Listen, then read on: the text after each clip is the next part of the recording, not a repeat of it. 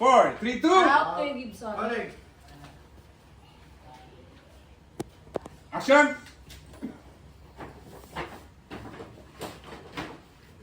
Labas tita. Na. Pwede tayo. Sa... Opo. Ano po bang problema?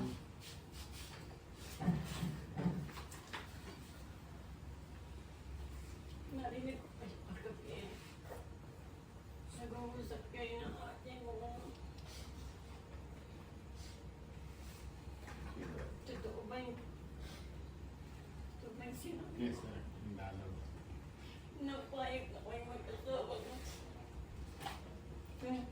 Tumira ko sa inyo. Opo. Pag-usapan na po namin. Malaki po yung bahay namin sa Taguig. And may matutulugan na rin po kayo doon. Wala na rin po kasi magulang si Winston. Kaya naisip din po namin. Mas maganda naman po siguro na lumaki yung apo niyo na may kasamang lola, di ba? Ibig sabihin ba nito mga pahig na po kayo? Oo. Pwede naman diyan ko na kalayaan. Kapatid mo. Pero magalang na siya ang sabihin ng buhay. Huwag mo kayong mag-alala. Hindi po namin kayo pababayaan.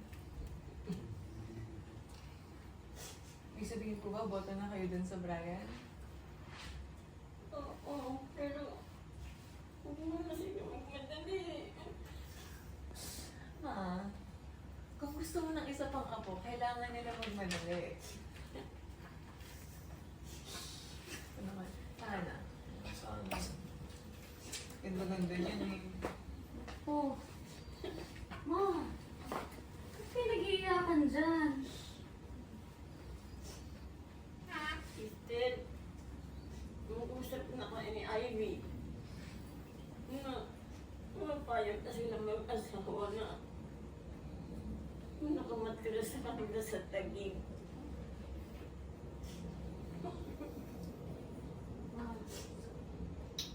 Para naman, makapaunay ka na.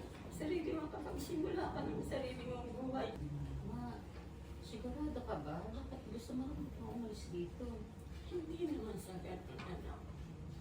Mapagbigyan naman kita na maging malaya. Tsaka, alam ko naman na meron ka nang nagugustuhan niya. Ang drama to, ma. Sa ate, ako na bahala kay mama. Ako na daw yung pepestay niya. Hindi na daw ikaw. Okay, so, you must be Brian, right? Yeah, I'm Brian. I'm Ivy. Very artist like Bunso nila ate. And hi po, Ma'am Dinay. Ingat po. Huwag naman, Tinay.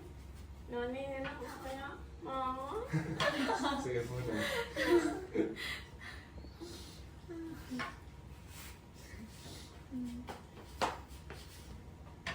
Oh, ayan ha. Ako na rin yung pepestay ni mama. Okay lang. Tingin na mag-jawa.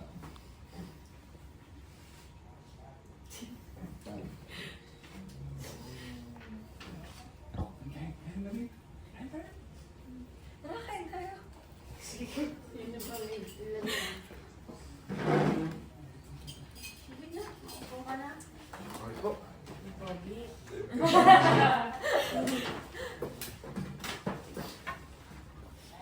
Cut!